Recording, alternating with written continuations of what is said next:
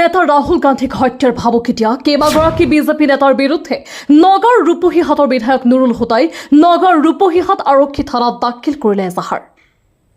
ৰাহুল গান্ধীক সন্ত্ৰাসবাদী আখ্যা দি মুকলিকৈ হত্যা কৰাৰ ভাবুকি দিয়া বিজেপি চৰকাৰৰ কেইবাজনো মন্ত্ৰী বিধায়কৰ বিৰুদ্ধে দাখিল কৰে এজাহাৰ।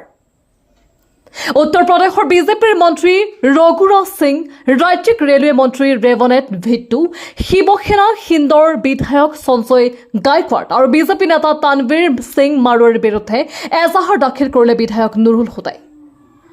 ৰাহুল গান্ধীৰ উত্থান দেখি শংকিত হৈ পৰিছে বিজেপি চৰকাৰ, যাৰ কাৰণে বিভিন্ন ধৰণৰ ভয় ভাবুকি প্ৰদান কৰি আহিছে ৰাহুল গান্ধীক। যিসকল নেতাই ৰাহুল গান্ধীক মুকলিকৈ হত্যাৰ ভাবুকি তথা সন্ত্ৰাসবাদী বুলি আখ্যা দিছে, সেইসকলক আইনৰ আওতাত আনিবলৈ দেশৰ গৃহ বিভাগলৈ আহ্বান জনায় বিধায়ক নুৰুল হুদাই। যোৱা 11 ছেপ্টেম্বৰ তাৰিখে বিজেপি দলৰ সদস্য তাৰবিন্দৰ সিং মাৰোৱা তেওঁ আমাৰ leader of opposition Rahul Gandhi ডাঙৰীয়াক মৃত্যুৰ ভাবুকি দিছে। তেওঁ কৈছিলে যে তেওঁৰ আইতাৰ যি দশাটো হৈছিলে সেই দশাটো তেওঁৰ হ'ব। তেওঁৰ আইতাক 1984 চনত আততায়ীয়ে গুলীয়াই হত্যা কৰিছিল। সেই ভাবুকি ৰাহুল গান্ধীক দিছে। আৰু 91 চনত তেওঁৰ পিতৃক বোমাৰে উৰুৱাই দিয়া হ'ল।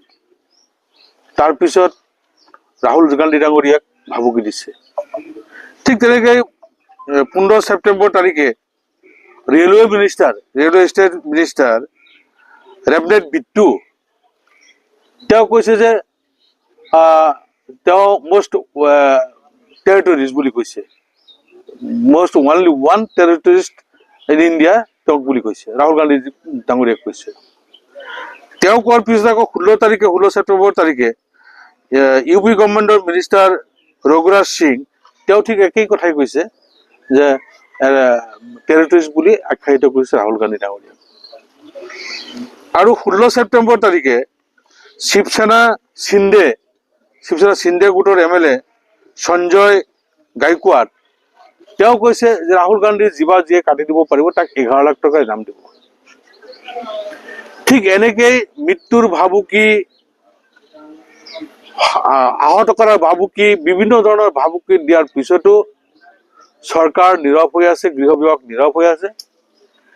আজি আমি ন্যায় বিচাৰি আমি ৰূপহী বিধানসভা সমষ্টিত সমূহ জনসাধাৰণৰ হৈ এই ৰাহুল গান্ধীক এই ধৰণৰ হত্যাৰ ভাবুকি দিয়াৰ কাৰণে আজি ৰূপহী আৰক্ষী নিৱেশত আমি এখন FIR দাখিল কৰিছো।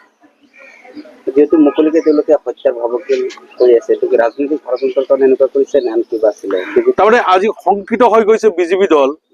ৰাহুল গান্ধী ডাঙৰীয়াৰ যি উত্থান, সেই উত্থানত শংকিত হৈ তেওঁক কেনেকৈ ৰাজনীতিৰ পৰা নাইকিয়া কৰি দিব পৰা যায় তাৰে এটা ষড়যন্ত্ৰ ৰচনা কৰি আছে। আৰু এই ষড়যন্ত্ৰ প্ৰতিহত কৰাৰ কাৰণে আমি আৰক্ষী বিভাগক আহ্বান জনাইছো। নগাঁৱৰ পৰা বিভূতি বৰাৰ ৰিপৰ্ট, সুহানা লাইভ।